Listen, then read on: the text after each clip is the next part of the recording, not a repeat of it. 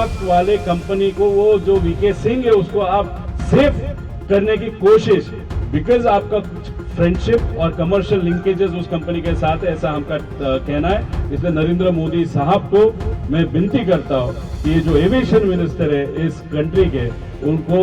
उनके पद से वहां पे हटाया जाए, क्योंकि ये बहुत महाराष्ट्र के लिए इंपॉर्टेंट विषय अजीत दादा का एक्सीडेंट, और जिस कंपनी के एयरक्राफ्ट में वो एक्सीडेंट हुआ उस कंपनी का और टीडीपी का डायरेक्ट रिलेशन वहां पे है, ऐसे हम सबका कहना है। और सिर्फ एक प्लेन के माध्यम से नहीं, ऐसे दो प्लेन हैं, एक लेगेसी 650 और लेगेसी 600, जो डायरेक्टली इनडायरेक्टली ये जो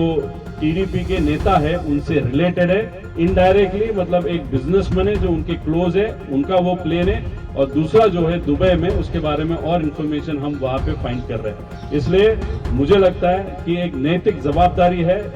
इस मंत्री की, टीडीपी इस पक्ष की, कि ये जो पद है एविएशन मंत्रालय का वो वहां पे छोड़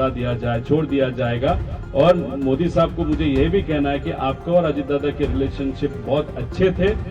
शाह साहब के और अजीत दादा के रिलेशनशिप बहुत अच्छे थे। अभी सबसे पावरफुल लोगों की अभी जरूरत है इन इन्वेस्टिगेशन में, क्योंकि नीचे अगर आप देखो तो बहुत सारे मुख्यमंत्री से लेके बड़े बीजेपी के नेता और इंडस्ट्रियलिस्ट में इन्वॉल्व होने के कारण इन्वेस्टिगेशन राइट डायरेक्शन में नहीं जाएगा। और जो एनडीए है उसमें से बहुत इंपॉर्टेंट जो पक्ष है आंध्रा का, वो भी इनडायरेक्टली इस वीएसआर में इन्वॉल्व है। तो अगर इस इन्वेस्टिगेशन को कोई न्याय दे सकता है, और महाराष्ट्र की ये मांग है कि मोदी साहब और अमित शाह जी इसमें ध्यान देना चाहिए और इन्वेस्टिगेशन को खुद के हाथ में लेते हुए अजीत दादा को, और उस एक्सीडेंट कैसे हुआ, क्या हुआ, इसकी जांच प्रॉपरली वहां पे होनी चाहिए, ऐसे हम सबकी मांग है।